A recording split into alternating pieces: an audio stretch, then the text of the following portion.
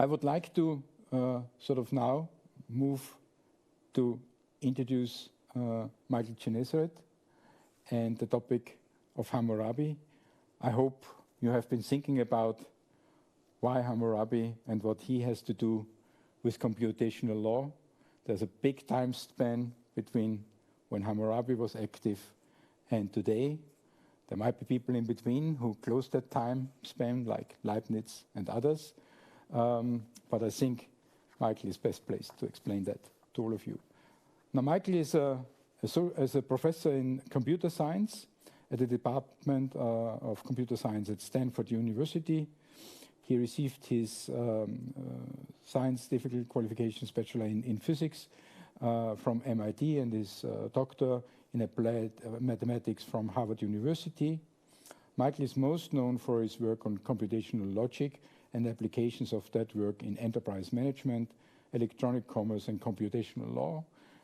He wrote articles on this very subject we will be hearing about today, which are very inspiring, and I think he's leading a community, a small community of experts that is probably extremely important for us in legal technology to get forward, to really make progress from where we are to a more digitalized environment. In terms of percentage, I think we are today at 2.5% of what we should be able to achieve. So there is, in my opinion, a long, long way to go. And Michael is very much placed to explain how this gap can be closed and how the way forward would be in this context. It's also important to say that Michael is one of the founders of Technology of CommerceNet and Merchant Systems. He's the current director of the Logic Group at Stanford, and very important, also the research director of Codex, the Stanford Center of Legal Informatics. I hope you all have signed up to Codex and follow the weekly presentations on Thursday of each week. Best greetings also to Roland Vogel in that context.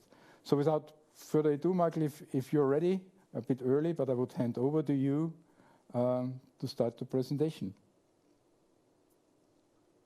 Well, thank you very much. I appreciate that introduction. And welcome to all of you. It's a pleasure to be here to talk with you about this subject, and a subject that's near and dear to my heart, namely computational law.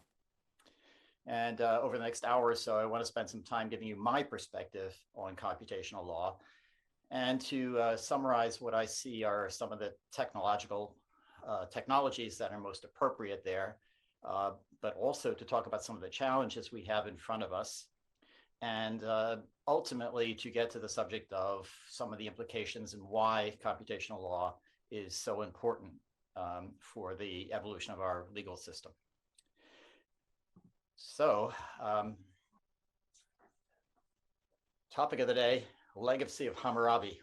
Around 1750 BC, the Babylonian king Hammurabi mandated that all of the laws of the land be written down, literally cast in stone. The idea being that the citizens could know what was expected of them and what would happen if they failed to meet those expectations. In Hammurabi's words, he wanted to bring about the rule of righteousness in the land so that the strong should not harm the weak.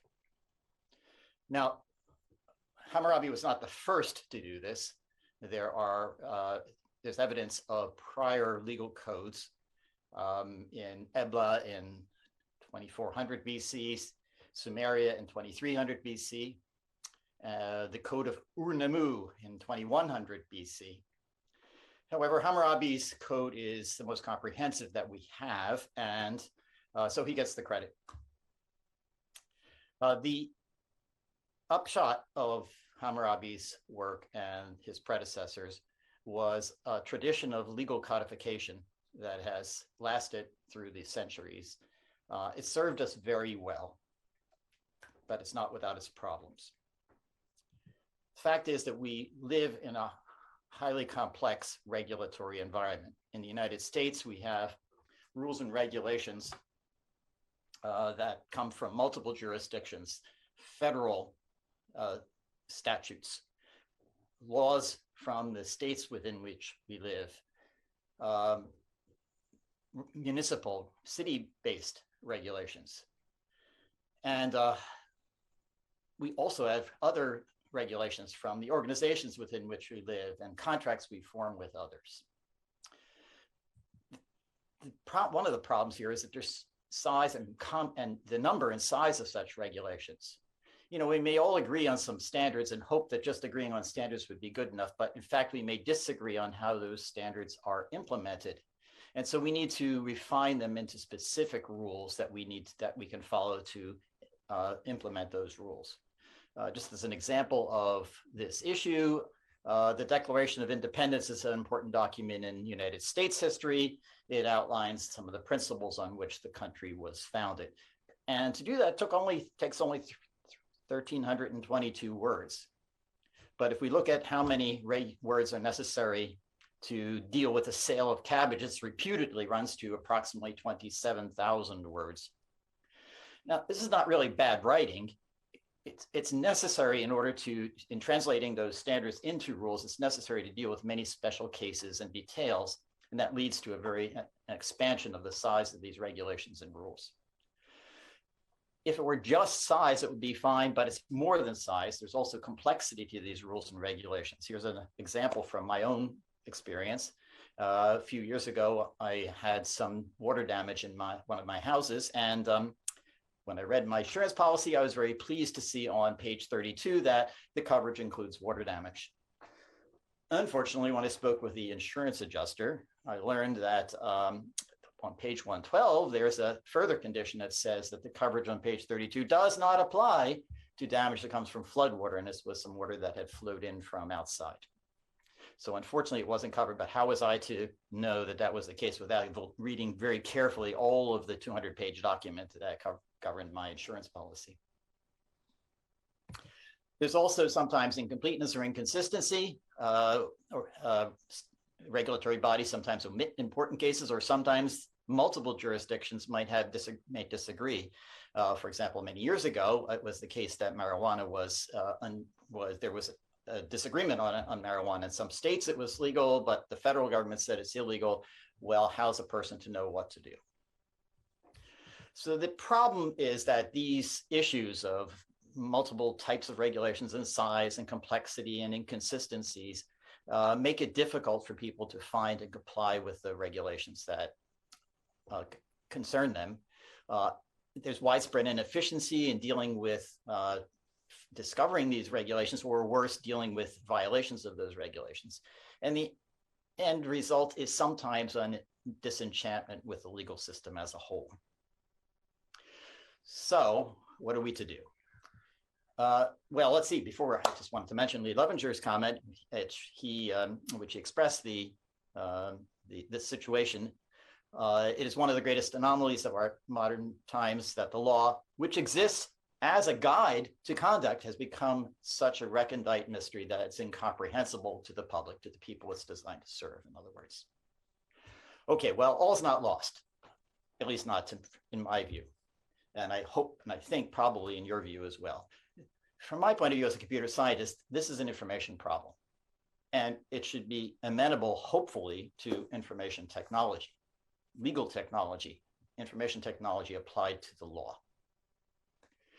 So that's what has inspired me for quite a few years. Of course, some of this has already been done many years back in the application of computer technology to putting codes and cases online, and then to provide search tools to find those. Those search tools could be either general, such as Google, or prior to that, there were specialized, and still today, there are specialized services by companies like Westlaw, LexisNexis, and others that provide legal search. But that's not quite the answer to the problem I was just talking about. First of all, those services are not perfect. They sometimes return very many documents, too many documents. Sometimes they return too few documents. And even if they give you the right document, it's still just a document. And somebody then needs to read that document to apply it to a specific case. And that may be very difficult because of the complexity or the size of the regulations. So the alternative that has been interesting me for many years is computational law, by which I mean the branch of legal informatics concerned with the automation of legal reasoning. So not just legal search, but legal reasoning, not just documents, but answers to questions of legal analysis.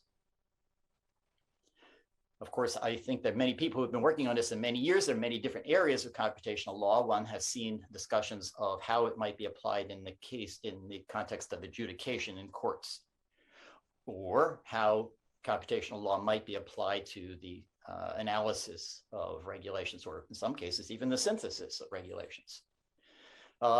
For me today, what I want to concentrate on is a third aspect, which is what I call compliance management, by which I mean the development and deployment of computer systems that can facilitate compliance, that can enforce compliance, and or at least assess compliance, and that can enforce compliance. So that's going to be the concentration. Comp law applied to compliance management. Okay, so an example of a system that's, I think, familiar to most of you, I hope, maybe, maybe not, is tax law in the United States. TurboTax, a product of Intuit, is used by millions of people each year to compute their tax obligations. It's available online or as an application. The user fills in his earnings and his deductions, and the system automatically computes his tax obligations. Can also be used in kind of hypothetical fashion to look at what might be the taxes under certain circumstances. It's really a success story, I think, for comp law, and it's sort of a poster child for comp law. And it works because the tax law is so well defined and is so complicated that it needs computerization. But it's not the only area where comp law is possible and is useful. There are many other areas that are equally valuable, in which it's equally valuable. So another area which I'm very much familiar with is the area of building codes and planning codes. Does my proposed building satisfy the planning requirements of the city in which I live and the state within which I live and so forth? So what I'm going to do is just show you a brief example of a system that was built recently. It's a development system, it's a demo system, which was built recently at Symbian. So let me see if I can make this work here. Here it is. Okay, so this is a system kind of like TurboTax, which one is able to enter one's design. In this case, you load a design for a house that's to be placed on your property. And then you can explore various parameters of that house to see what's legal and what's not legal according to the building codes and planning codes. Well, first of all, you can just kind of look at the things, ups and downs, and you can move things around, and that's good. Or you can, let me stop that turning from happening. You can make it smaller, larger, shorter, taller, change where it's located if it turns in a different zone, for example, rather than where it was prior to where it actually is, if you considering a house in a different parcel. So you can explore these various different things with the design to see whether or not they satisfy the planning code. Now, how do you know whether they satisfy the planning code or not? Well, okay, so as we already saw there, if I change the zone, that could be could lead to an effect. We can also make it larger, and if we do, if it exceeds a certain size, then the user's immediately told that that's the case by turning red, and a little X appearing down here in the table to say that it exceeds the footprint size. Or it could be taller and it exceeds the height size. Or we can go up here and we can move it around and see that it exceeds, see here we have setback and shadow line. So it's too close to the boundary and the shadows is intruding on the neighbor's yard and that sort of thing. So the important thing here is the rules are encoded in computational form and give immediate feedback to the user as he's making a decision. This is a theme I'm going to come back to a little bit later. Okay, and there's one more feature here, which I just wanted to point out, which is that as you look at these summaries down here, these X's, it's also possible to click on them. For example, I'll click on this one and it says this design is illegal because the actual shadow exceeds the allowable shadow. So we have a little explanation of that. If I want to know why is that, the actual shadow of the house is determined by maximum intrusion of a shadow, determined by a 45-degree line. How far does that intrude into the neighbor's yard? So we get a definition of that in the particular context. And there's also information about what specific rule in the code applies here. It happens to be zone R1, maybe zone R2 is different, and zone R3 would be something else altogether. So we're seeing explanation as well as immediate feedback. And that's in the nature of the possibilities that we have with computational law technology. Okay, let me jump back here. Okay, so that's another example. It's like TurboTax, but in a totally different world.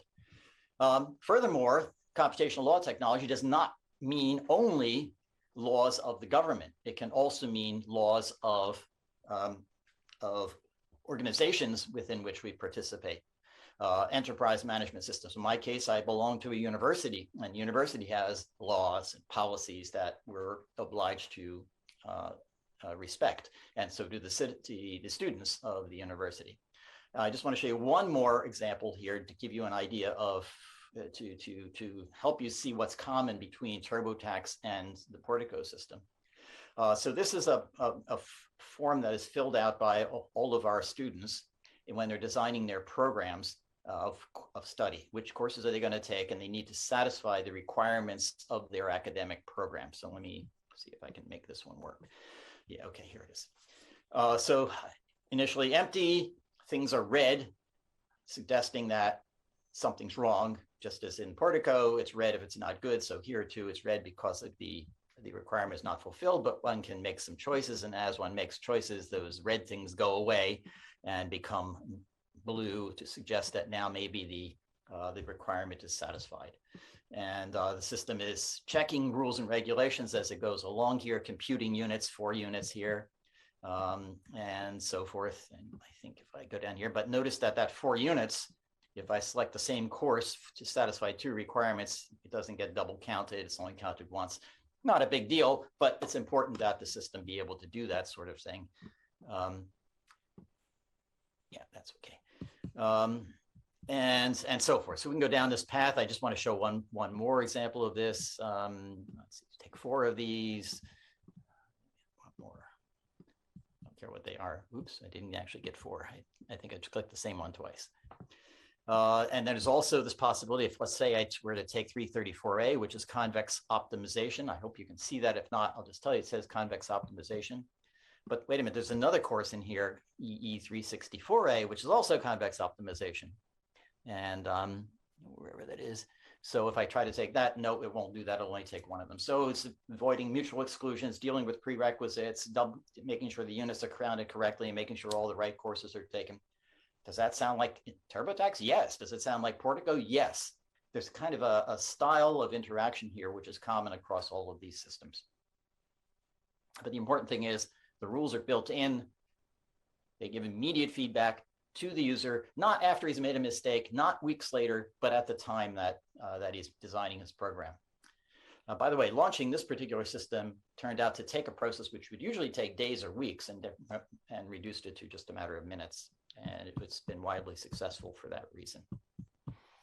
Okay, so also laws of organizations, or they can be laws that we make up with each other, private laws, contracts that we form with each other or with organizations with which we deal, for example, our insurance companies.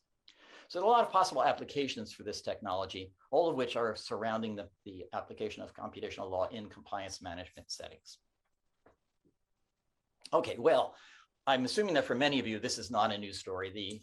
The field of computational law has been around a while, began in the modern era, at least began decades ago with the early work on Taxman by Thorne McCarty, and then Bob Kowalski, Marek Sargo, and their collaborators in the British Nationality Act, Edwina Risland and her colleagues in hybrid case-based reasoning and rule-based systems. Trevor Bench-Capon talking about open texture, which I'll mention in a little bit, and so forth. And now, since then, hundreds of papers, thousands of papers possibly, on the subject of computational law.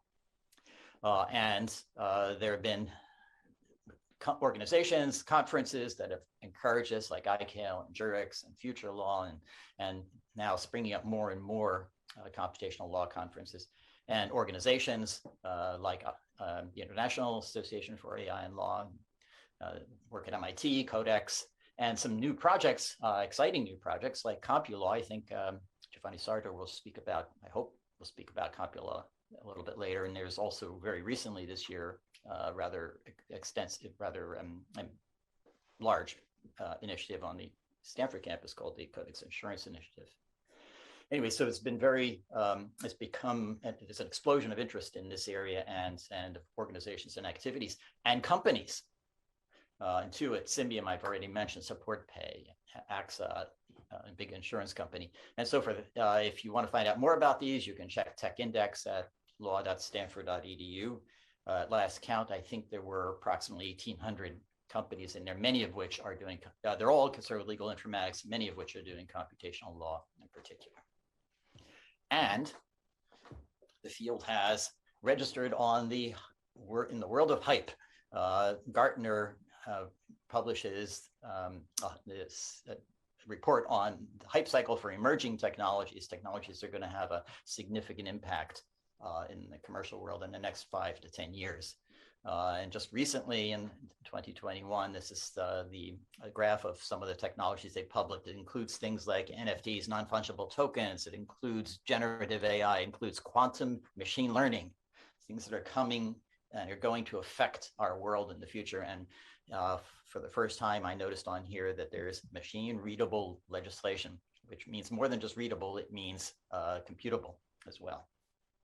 So it's being recognized as an important area outside of the field itself, and expect that we'll see that grow in the years to come. Okay, so computational law. So what I want to do today is to talk about some technologies that I think are important for computational law, and then to mention what I see are some of the challenges that are posed in realizing the potential, and then talk about the positive implications, what can happen if we succeed in meeting the hype that Gartner has predicted. Okay, so I'll start with the most controversial part, which is I'm going to talk a little bit about various different technologies and indicate my own personal preference here. I'll let you in the Q&A argue with me about this, but first let me give you an argument of my positions to argue with. Well, first of all, if we're going to do analysis of situations, we have to have some data from which to apply our computational law to. And the good news is there's a vast and growing amount of data available out there in tables, databases, in databases, the knowledge graphs spanning the web, as well as the kinds of data about specific instances that we get from forms like the program sheets and the Portico system that we saw earlier. And all that data is now available, but the question is, how do we decide whether or not something is legal or illegal, or what the penalties would be for being illegal? How do we make all those decisions? How do we implement that? How do we describe that? So that's the real challenge here. That's where our technology has to be applied. So I'm going to talk about 3 different approaches, and I'm going to primarily favor one of the 3 and talk about why I'm not a fan of the other 2. The first, of course, is traditional programming. In traditional programming, we take a problem, we want to implement some law, so we have some programmers who look at the law and then build a program in languages like Java or Python or JavaScript or something of that sort. And then that program is executed by some programming language interpreter or compiler applied to the data to derive conclusions. And that works. In fact, it's pretty darn good. You can do sufficient programs that way. There are lots of traditional programmers in the world today, in a growing number. And there are well-established engineering practices for managing software engineering projects in these traditional programming languages. So it does work, and some of those deployed systems that I mentioned earlier are built in using traditional programming technology. There are some disadvantages, though. First of all, it is expensive. It does cost a bit, both in terms of money as well as in time. A certain amount of time that's involved in digesting all of those rules and regulations and having a programmer produce the program and test it and so forth. a more subtle problem is that if you want to use the same laws, rules, and regulations for different purposes, you have to create different programs for that. I'll say a little bit more about that later. And generally, there's no approach, there's no general approach to explaining results. Once the program issues its answer, it can't quite explain why it got that answer without building a whole program to do explanation. And the programs themselves are not exactly readable to ordinary users. They're not spreadsheets where you can kind of look at the formula. They're somewhat more complicated, and the man on the street is not necessarily able to get much by looking at the program. So it's not the ideal technology for these reasons, though it does work. An alternative is to build a better interpreter and use a higher level language for writing the rules and regulations. So why not just use natural language? Why not take the rules and regulations as written in the books and plug them into a natural language processing system and have it do the analysis for us? Sounds good. In fact, it is good. It's a great idea if you can do it. The drawbacks are a couple.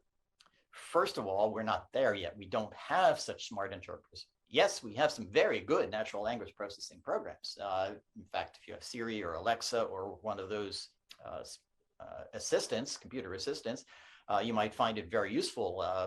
For example, setting a timer. Siri set a timer for 4 minutes. It's very good about saying yes, and it gives the and it lets you know when the timer's expired and so forth. Works very, very well. The downside is that although it works well for those specific applications, it does not work very well for more general applications, like the kinds of things we would need to have it do in the case of understanding legal codes. I put this example here on the right end because I just got this in the mail, in the email just a few days ago from Henry Kautz. Henry Kautz is the head of the computer science office at the National Science Foundation in the United States. And he was listening to a student production, I think it is, of The Barber of Seville, and reading a Google translation of the libretto of the opera. And at one point, he noticed that the translation read, "Dunkin' Donuts on Indeed." Now, I don't speak Italian, but my thinking is that that's probably not what Rossini had in mind when he wrote whatever it was he wrote at that particular moment in the opera. And it's a question of Google not really understanding what the language was saying when trying to do that translation. So, okay, so maybe we should just wait a few years, things will get better, and they will, and we'll get closer and closer. The problem with using unrestricted natural language is that there's also another problem, and it's a harder problem to fix. It's a problem that can't really be fixed, and that's that there's inherent ambiguity in natural language. So consider this sentence, there's a girl in the room with a telescope. Perfectly good English sentence in English, but it's completely ambiguous. If I ask 10 people, what does it mean? 5 of them will say the interpretation on the left, and 5 will have the interpretation on the right. Does the telescope in the room, there's a girl in the room that has a telescope? Or is the girl have a telescope in the room have a telescope? Now, you can sometimes figure this out from context, but the sentence itself is inherently ambiguous, and different people will disagree on it absent that context. The language is just fundamentally ambiguous, and so it's going to be problematic for us when people write things with one idea in mind and people read them with another idea in mind. So maybe natural language is not the best way to go, and besides which, we're not quite there yet anyway. So for me, being interested in logic, the natural answer is to follow my predecessors and suggest that perhaps logic programming is a technology that is halfway between these two.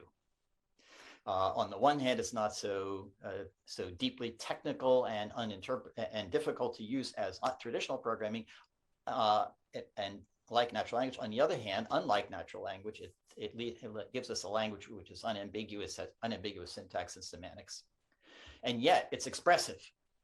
We can define concepts. We can write down physical laws. We can write down laws, artificial laws, governmental laws, or in terms of contracts, and so forth. Grandparent is a parent of a parent. Parents are older than their children. You can't may be married to two people, at least not in the United States. So you can codify all these things within the language of logic programming. So good because it's sort of halfway between the two, but can we do better here than natural language? Well, actually we can in one respect, which is also a good interpreter for things written within the language of logic programming. We can take all these definitions and constraints and laws, and having codified them, put them into a logic programming interpreter and have it do the computation. We know how to build that today, and we've known how to build that for a number of years now.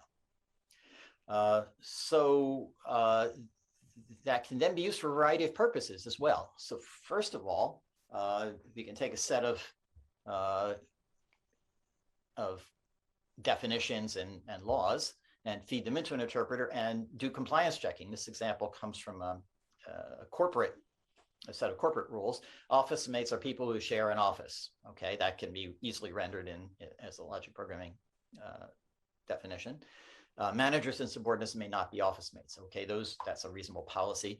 We then saw that John manages Ken and John's in room 22 and Ken's in room 22, well, clearly there's a violation. So we detect a violation very easily by applying these rules to that data.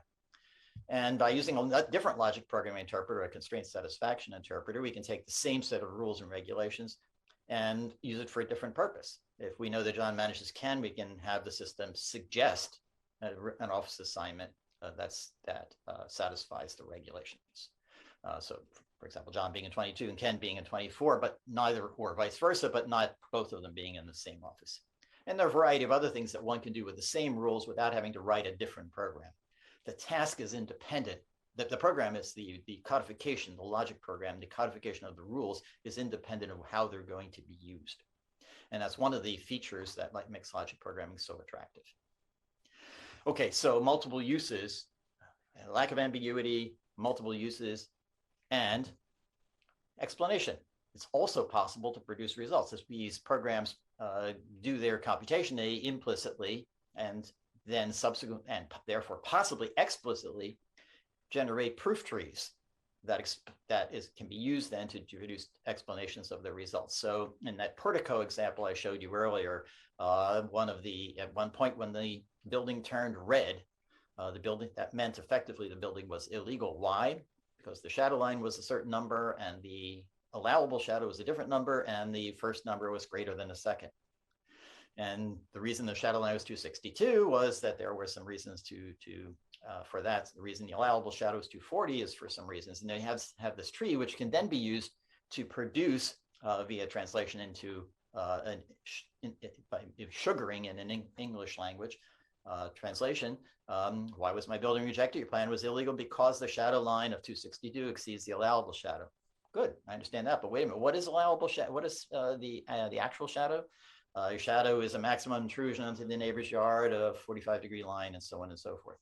So you can use that tree to incrementally generate explanations, and we know how to do that. Now, there's some subtleties here. For example, we don't want to sort of say why is 262 greater than the 240, but on the other hand, we do want to talk about the things that we can issue the explanation in terms of the things the user's not likely to already know.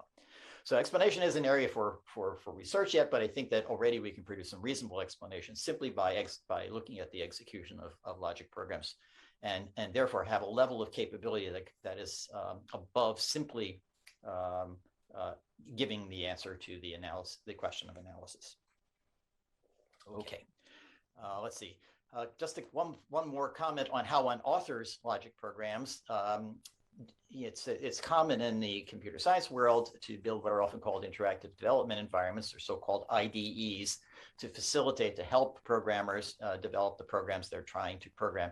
And logic programming we can build a similar kind of IDE for logic programming, and in particular, we can do that for legal. We can build a legal IDE for building programs that apply to the law. So what would be some of the parts of that? Well, first of all, such programs can provide ontologies, definitions for terms that already exist in libraries, or knowledge bases of physical laws, or maybe some sample laws to emulate in writing new regulations or contracts. And then these IDEs can also provide verification tools or analysis tools or debugging tools for those programs. Interesting to me is the possibility that an IDE doesn't have to be just one language. It's also possible to build an IDE which can do translations from other languages into the native language of the IDE. So I've been particularly interested in that, taking a language which is more expressive than logic programming, full first order logic with some extensions, and how we might take take a set of sentences written in full first order logic and through an interactive dialogue, refine those into a logic programming. If the user writes something like P is true or Q is true, the may not be able to turn that into a logic program because we have to know which it is. But perhaps the IDE can elicit that information from the programmer, the legal programmer, before actually generating the logic program. And a second possibility is not just using other formal languages like first order logic, but maybe using some sorts of controlled natural languages. There's been a significant amount of work over the years in systems like ACE and PANG, and more recently logical English. I'm particularly intrigued by some of the work that's being done by Bob Kowalski and his collaborators on logical English. In fact, just recently saw a paper of his on the use of logical English for codifying swaps and derivatives, rules for swaps and derivatives. And if you're interested in this particular topic, I suggest you take a look at that paper. Okay, so so it becomes possible to build very powerful logical interactive development environments, as well as having the basic features of no ambiguity, having multiple capabilities, being able to compute multiple things, and also providing explanations. It's kind of why I like the logic programming approach, though I recognize that these other approaches are other ways of generating functioning computational law systems. Okay. Well, that's the good news. I mean, we actually can build such systems. We get to choose which way we're going to do it, but there's a number of different ways that that can be done. So what I want to do right now is to talk a little bit about the challenges and why it's difficult for us, and some of the problems we need to deal with in order to make it to eliminate these, and what we need to do to eliminate these problems, or at least we need to know how to respond to these criticisms. So, changing gears now, we're going to talk about difficulties. So possibly the most pressing one in my mind, the one that keeps bothering me the most, is the one that's been talked about for many years, and it's familiar to many of you, I think, and that is the so-called open texture problem. You take a simple regulation like this one, no vehicles in the park. It seems pretty straightforward, but it's not really, because you have to ask yourself, what exactly is a vehicle? Is that bicycle a vehicle? Sort of. I mean, I guess I would cover. What about a skateboard? Is that a vehicle? How about roller skates? Not sure that's a vehicle since you wear it, but you might consider that to be a vehicle. What about a baby stroller? How about a horse? Is that a vehicle? What about a repair truck? Is it allowed to drive the repair truck? For that matter, what's the park? Where does the park end? If a helicopter flies over at 10 feet, is that in the park? What if it flies over at 100 feet? Is that okay? So this is a real problem of how is it that we're supposed to interpret the words that we're using here. We understand if you have a vehicle and you got the park, you can't have one and the other. That's very clear. But when you try to take that down a level to more detail, one has difficulty understanding, interpreting it unless one understands the meanings of all these terms. So this can happen for, oops, sorry, I went the wrong direction there, and now I've got to pay the cost of having my interactive slide. And this can happen for a variety of reasons. One of those is their new technologies. For example, motorized skateboards are popular right now. If you take a motorized skateboard, that might be something that would be considered to be a vehicle, whereas a regular skateboard is not. Well, there weren't any motorized skateboards when they wrote the regulation, so they didn't include it in the list. And there are other technologies. What about reusable rockets? What about autonomous cars? How's that going to affect what the regulations we've got? Or what about gene editing? There's so many technologies that come along, and we don't necessarily know how these are going to impact the rules as we wrote them, because they didn't exist at the time that we wrote the rules. So there's a good reason why we have to deal with this. There's another reason too, which is a more a psychological reason, a little more social reason than a historical reason, and that is the art of compromise. Sometimes regulators choose to write things ambiguously, intentionally, because it's the only way they're going to agree with each other. They know they disagree on what a vehicle is, but they agree to say vehicle because one of them is allowed to interpret it one way and the other one's allowed to interpret it another way. And they write it down anyway, and they figure, well, they'll just kick the can down the road and let it be handled in the courts. So this is another one solution, is to intentionally put ambiguities into the law, and so we have not only unintentional ambiguities, but also intentional with natural language, but also intentional ambiguities, even if you were to write them in as logic programs, unless you're able to determine exactly what that word vehicle means or what the word park means. So a lot of reasons why this can exist, and we don't have a good technical answer to that. I should mention that Trevor Bench-Capon wrote a very nice article very early on a rule-based approach to dealing with open texture, but it hasn't solved the problem, though it does address it. Another issue that comes up in the law are exceptions. Imagine a woman driving her brother trying to get him to the train on time so he can get back to school, and it's a little late, so she exceeds the speed limit a little bit. Should we penalize her for that, or is it okay if she's 5 miles an hour over the speed limit? Well, I'd be inclined to be a little more forgiving in such situations. What about a man driving his pregnant wife to the hospital? Okay, I'm going to be even more forgiving in a situation like that if the guy exceeds the speed limit. Well, he actually exceeded the speed limit. He actually should be penalized in one point of view. The other point of view is, okay, that we do want to allow for certain exceptions.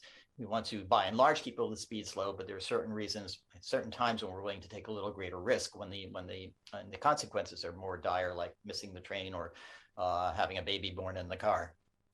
So under those circumstances, we'd like to have those exceptions. So why didn't those exceptions get written into the code? Why wait for the courts to have to resolve those exceptions? Okay, well, there's a reason for that, and that's that sometimes there are just plain too many possibilities to consider. Or the result would be such a complicated legal code that nobody would know whether they have an exception or they don't have an exception. It complicates the code even more to have those exceptions built in. And of course, there's many unanticipated situations, for example, change of technology and things of that sort.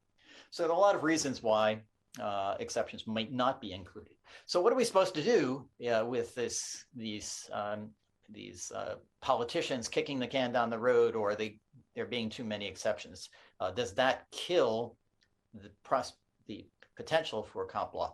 I don't think so. First of all, because our legal system has many layers, and when there are problems that arise with the codes that are written, we have recourse. And the recourse is to go to courts. At least in the US, you can take your case to court and adjudicate it. And in some cases, it's not just a court finding of fact, but it's a question the court may decide that they want to refine the law a little bit to deal with that issue of having the issue kicked down the road. And then to develop precedent that can then be used for that case, as it can be used for subsequent cases as well. So you can sort of think of, in some ways, adjudication, the court system, as sort of a debugging of the law. The law is written, but it's not perfect, and so the courts, what their job is to do is to debug it and fix it. Of course, if the legislature did a better job of programming in the first place, it might lead to less adjudication. We might not have to have so many cases in court if the regulators did a better job of writing those rules and regulations. But do they want to do that if it complicates the code? That's a good question. So some people say that's fine. We're just going to use comp law. We're going to make robot adjudicators. We'll fix that problem, and why not just have the problem solved in the courts? But there'll be robot courts, or maybe we should have robot legislators, and who will do the job in advance rather than having to do the debugging afterward. Well, yeah, fine. The technologist in me, the researcher in me, gets intrigued by these ideas, but I don't think we're going to be seeing those in practice to a very great extent anytime soon. And there's some reasons for that. The job of fixing the law, of inventing the law, is a little different from the job of applying the law. Given rules and regulations, one can apply them as stated. And the question, and that's basically a process of deduction, applying the laws to the data. But the process of inventing a law or figuring out what the law should be requires more complicated sorts of reasoning. First of all, it requires more information than is necessary when you're just saying whether or not you're exceeding the speed limit. A legislator, or even a court for that matter, needs to know things like, what do people really want? What is social good? What is desirable? And then if you have conflicts, how do you deal with those conflicts? What's your theory of equity? Should raising total social good be the rule?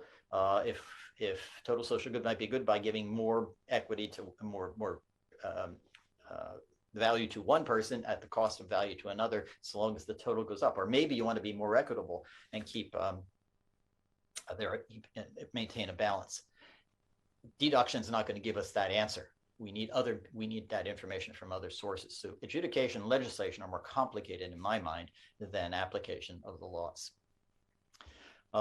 Another issue is that sometimes when there is no clear answer there, we rely on argumentation, or we rely on other forms of reasoning, for example, analogy, to suggest that a law should be written one way rather than another way, because they're kind of analogous, and that makes us feel good about the laws that we write, even though we can't resolve any conflicts based on social utility or equity. Well, anyway, so Edwina Rissland was the big believer in the importance of analogical reasoning. She wrote here, law is not a matter of simply applying rules to facts via modus ponens by deduction, but in many cases based on case-based reasoning rather than on purely rule-based or explicit deductive reasoning. So we need to have, if we're going to use analogy, we need to have a theory of analogy, and there really doesn't exist a good theory, a universally agreed upon theory of analogy at this point in time. So I'm not convinced yet that we're going to see practical applications of comp law in the adjudication and legislation space until we make more technological progress. But I do think we can make progress in applications. And my argument, I just have this analogy, which is I want to use that I use in my own head to convince myself of this, and that is this analogy to classical mechanics. So classical mechanics tells us, when you apply a force to something, how fast does it accelerate, and so forth. It's been pretty well established, but it's wrong. Classical mechanics does not model the real world. The real world is actually not Newtonian mechanics. Is not correct. We have to worry about relativity. We have to worry about friction. We have to worry about quantum considerations. If we want to get it exactly right, we have to worry about all these things. But classical mechanics is really useful. As I said here, we use it in 99.99% of the time. But there is a 0.01% of the time when it fails, and we do have ways of dealing with that. We can fall back on our theories of relativity or quantum mechanics. And similarly, in the legal system, we can fall back on courts when we have to. The fact that if I'm saying that I believe in computational law and I believe in application of law, a deductive application of law, doesn't mean that all laws are done that way. In fact, we realize that for the reasons I've just argued, that there are exceptions and there are ambiguities that we do need to take into account. And when they're there, then we have the court system to rely on. But for the rest of the case, boy, can we get a lot of value out of having computers deal with the complexities of our legal code and bring that analysis to our everyday lives. Okay, so that leads me to a discussion of some of the implications of computational law. Where can we, what's the benefit of this? So I'm going to talk about, from my point of view, three benefits that I think are worth noting. So the first is, around Stanford, we call that embedded law. The computing environment is ubiquitous. We have computers everywhere now.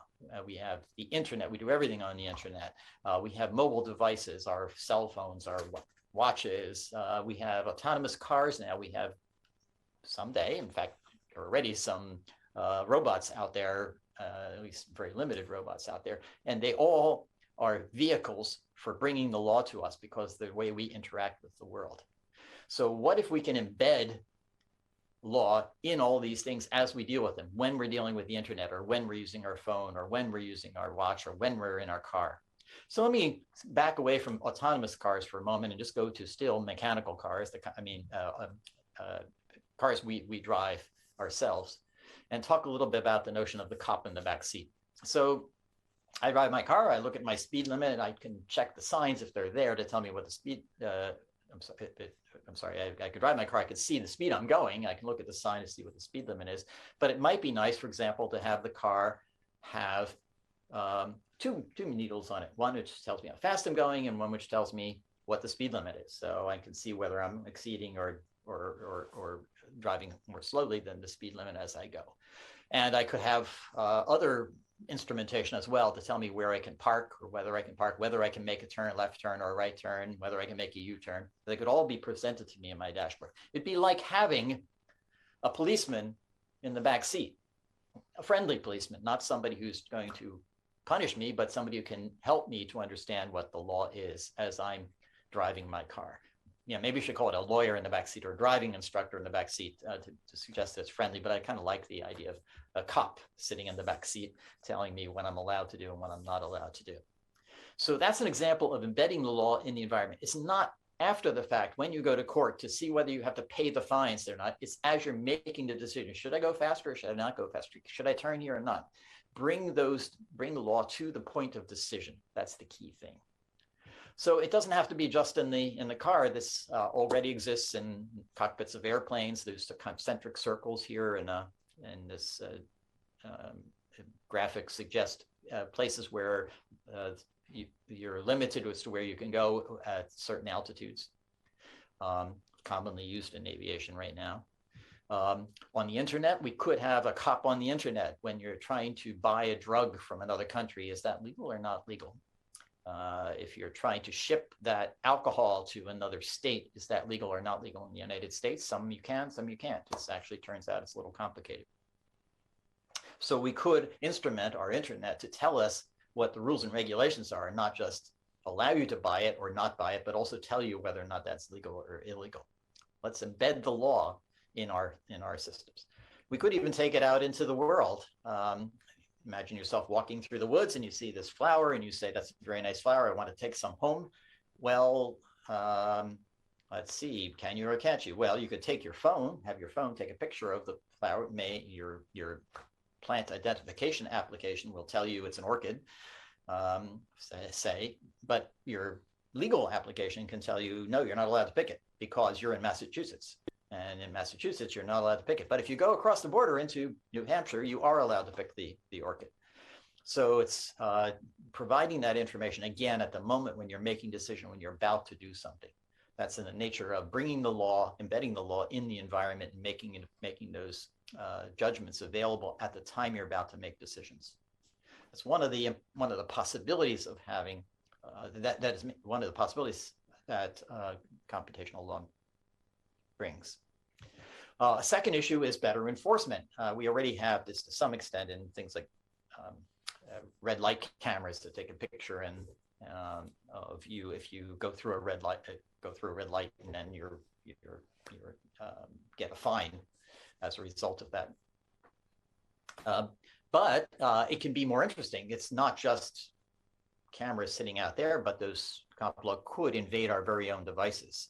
And I just wanted to give you one thought along this line, and as something that's possible is we could, just as in that cop in the back seat, we could bring the DMV into the dashboard as well. That cop sitting in the back seat doesn't necessarily have to be a friendly cop. It could be a cop that sends information back to the Department of Motor Vehicles, and when you exceed the speed limit, the cop in the back seat or the one in your dashboard automatically tells the Department of Motor Vehicles that you're exceeding the speed limit and you should be fined. In fact, imagine that you have a dashboard with your speedometer that tells you how fast you're going, and then you have the Department of Motor Vehicles bill. And as you go faster, your fines for the month are going up. At the end of the month, you're going to have to pay those fines. it'd be interesting to see whether if people saw their fines going up, whether that would keep them, encourage them to drive within the speed limit, or whether they'd still exceed the speed limit. I don't know what would happen there. Now, by the way, this already happens in the insurance world of insurance. There are some insurance companies that ask you to put instrumentation in your car, and if you're a conservative driver, you get lower insurance rates. If you're a more aggressive driver, you pay higher insurance rates. So we could do the same thing for the Department of Motor Vehicles. It's possible. The question is whether it's a good idea or a bad idea. I don't know the answer to that. But if it's a good idea, we should be trying to figure out how we would implement such a thing. And if it's a bad idea, we should hopefully be able to trying to figure out how to prevent such a thing. But the idea is we can bring, again, the law right to the point where we're making decisions about what we're trying to do. And finally, I just want to talk a little bit about the implications for better laws. And that is we can make our laws more complicated if we have computational law to deal with that technology, to deal with that complexity. So this already exists. Again, it's to some extent, many of you may have seen these variable speed lanes where one lane has a higher speed limit than another lane. It's not very high tech, but it does work. But one can, and similarly, there are other restrictions. For example, you might have one speed during the day and one speed during the night. But why does it have to stop there? Why just night and day, lanes and no lanes? There could be we could be more, refine our laws more. Trucks usually have lower speed limits because they're more, it's riskier. It's more dangerous to drive those trucks at higher speeds. Whereas automobiles, we can go at higher speeds. Well, why not differentiate automobiles as well? Maybe the Ferraris should have a higher speed limit than the Cadillacs, because I'm just guessing that Cadillacs maybe not as safe at high speeds as Ferraris. Or maybe it's the other way around. Maybe Ferrari owners are more dangerous drivers than Cadillac owners. It should go the other way. I don't know the answer to this, but you could have a rule based on the kind of car you're driving. Or why stop there? Why not have it based on other factors like age, or how good your eyesight is, or what your blood pressure is, and so on and so forth?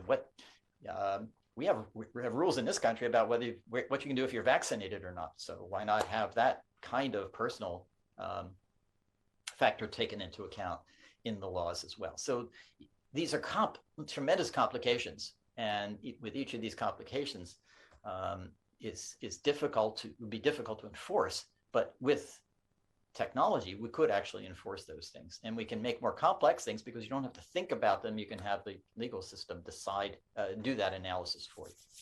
Okay, let's see. Oh, I just wanted to, before I leave the speed limit case, I just wanted to show some of these. I have a couple of interesting cases that came up as I was over the past few years. So I've noticed a few interesting speed limits. So this one is school days.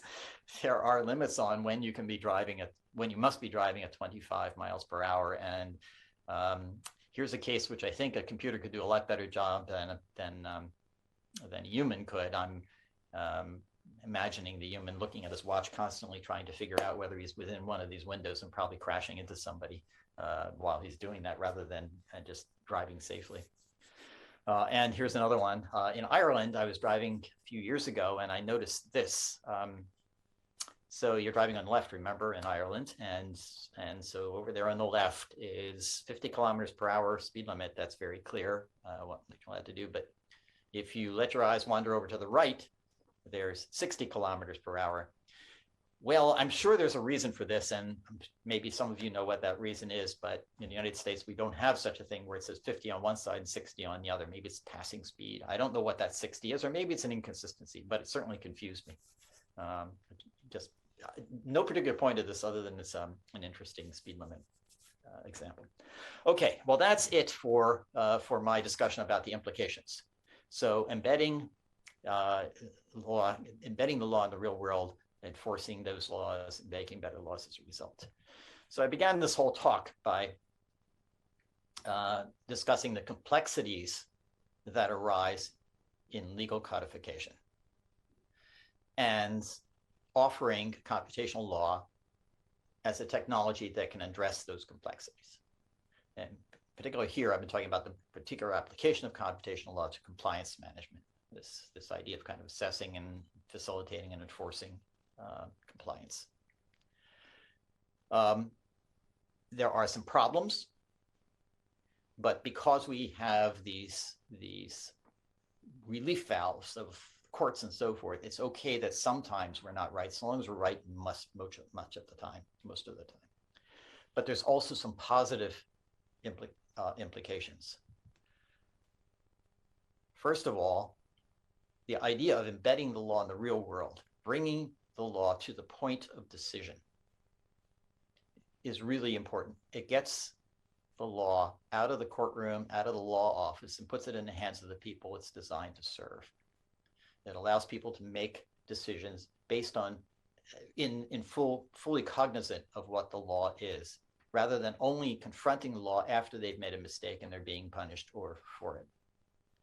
So it's kind of democratizing the law. You don't have to be a lawyer, and you also don't have to go to courts to get to your due.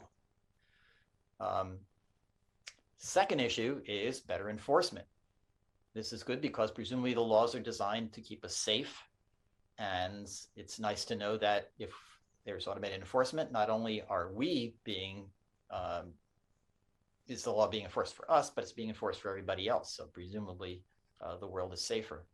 But also it helps our psychology. If you've ever been stopped by a policeman and for something, and then you notice other people going by and speeding or going through that stop sign, you'll notice that you feel it's very unfair that you were being punished and the other people are not being punished. But if everybody is uniformly enforced, it raises one's respect for the law and in many cases willingness to abide by the law.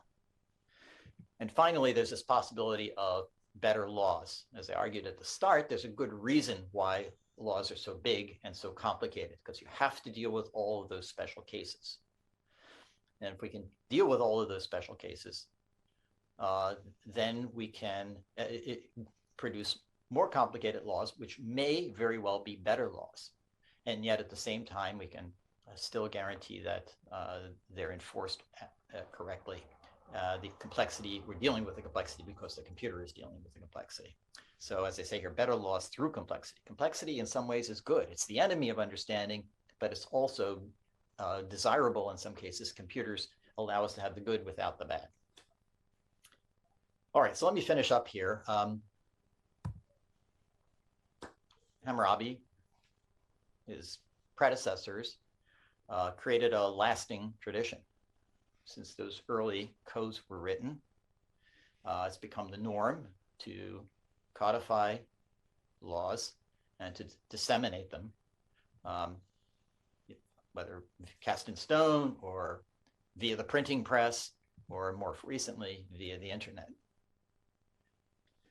However, if the laws are voluminous, if they're complicated, then just writing them down and disseminating them doesn't help.